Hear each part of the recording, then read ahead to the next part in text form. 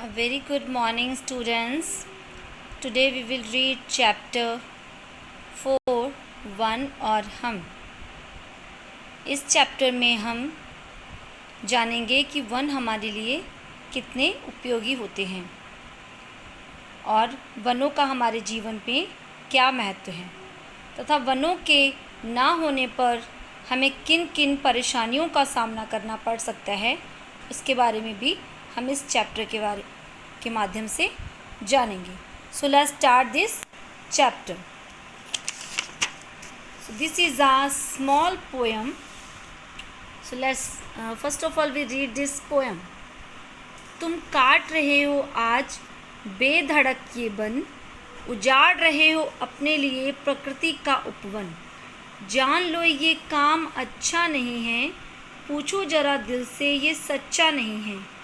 इन वनों को पूर्वज तुम्हारे चूमते थे, भूल गए क्या राम सीता यहीं घूमते थे. इन वनों में रहा तुम्हारा आवास, आज तुम ही कर रहे हो इनका नाश. इन वनों ने हमको जीवन दिया, इन वनों ने हमको भोजन दिया. इसलिए अधिक से अधिक पेड़ पौधे लगाओ और इस तरह अपना भविष्य सुरक्षित बनाओ. कवि हैं प्रीत. तो इस कविता में कवि मनुष्य को संबोधित करते हुए कह रहे हैं कि हे मनुष्य, तुम आज बेधड़क मतलब बिना किसी डर के, बिना किसी भय के इन वनों को काट रहे हो, उजाड़ रहे हो अपने लिए प्रकृति का उपवन. उजाड़ यानी नष्ट करना, बर्बाद करना. यानी प्रकृति ने ये तुम्हें उपवन के रूप में, इस बाग के रूप में ये जो तुम्हें उपहार दिया है, तुम इसे क्यों उजाड़ रहे हो. अगर तुम इस उपवन को, इस बाग को उजाड़ दोगे तो तुम्हें शुद्ध वायु प्राप्त कहाँ से होगी, क्योंकि ये पेड़ पौधे हमें शुद्ध वायु अर्थात हमें ऑक्सीजन प्रदान करते हैं, जिसके माध्यम से हम सांस लेते हैं. जान लो ये काम अच्छा नहीं है, पूछो जरा दिल से ये सच्चा नहीं है. क्या तुम्हें पता है कि ये जो तुम काम कर रहे हो पेड़ पौधों को काटने का, क्या ये अच्छा है, क्या ये ठीक है, उचित है. इस तरह से कभी हमसे क्वेश्चन कर रहे हैं कि तुम्हें पता है ये काम तुम्हारे लिए अच्छा है, क्योंकि वन जो हैं वो हमें शुद्ध वायु देते हैं और हम शुद्ध वायु में सांस लेते हैं. जिस प्रकार हम इंसान लोग एक सजीव वस्तु हैं, उसी तरीके से ये पेड़ पौधे भी सजीव होते हैं. इनमें भी जान होती है, इनको भी दुख लगता है. यदि हम इनको काटते हैं तो इनको भी तकलीफ़ होती है.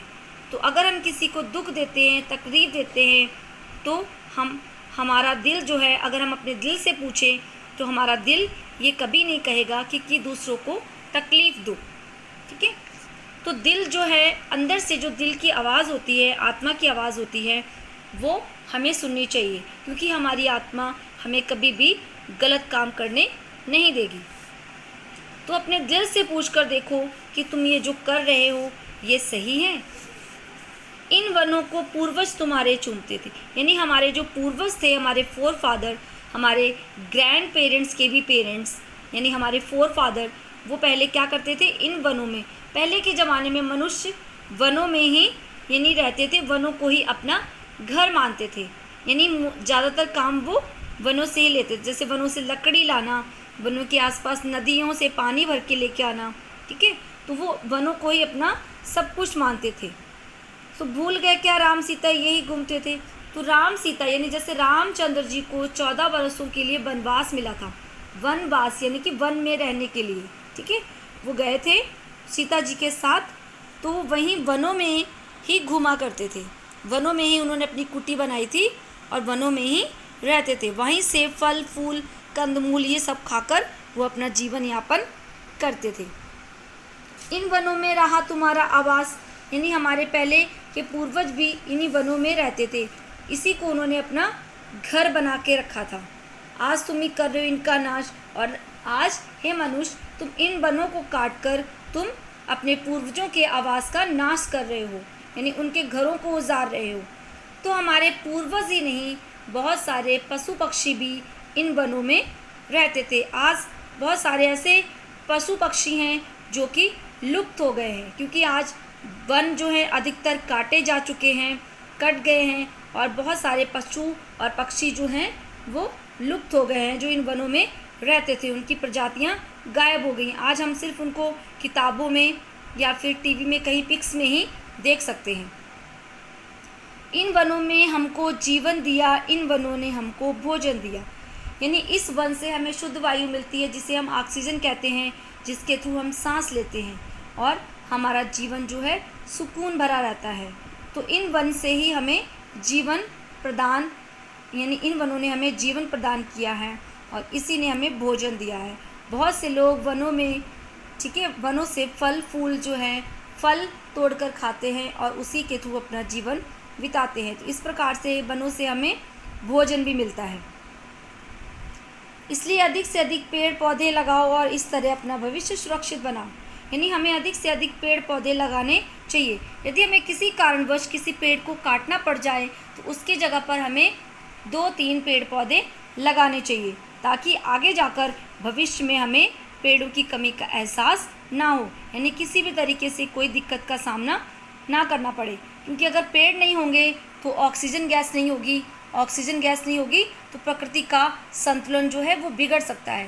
क्योंकि प्रकृति में, वातावरण में हर जगह कार्बन डाइऑक्साइड गैस की मात्रा अधिक हो जाएगी। क्योंकि ये जो पेड़ पौधे हैं ये कार्बन डाइऑक्साइड गैस को अवशोषित करते हैं, जो गैस हम सांस के साथ बाहर निकालते हैं, और ये कार्बन डाइऑक्साइड गैस को अवशोषित करके ऑक्सीजन गैस हमें प्रदान करते हैं। तो इस तरीके से ये प्रकृति में संतुलन बनाए रखते हैं। इसलिए पेड़ पौधों का होना बहुत ज़रूरी है। तो हमें ज़्यादा से ज़्यादा पेड़ पौधे लगाने चाहिए। तो स्टूडेंट्स, ये थी आपकी पोएम वन और हम। I hope all of you understood. Thank you and have a nice day.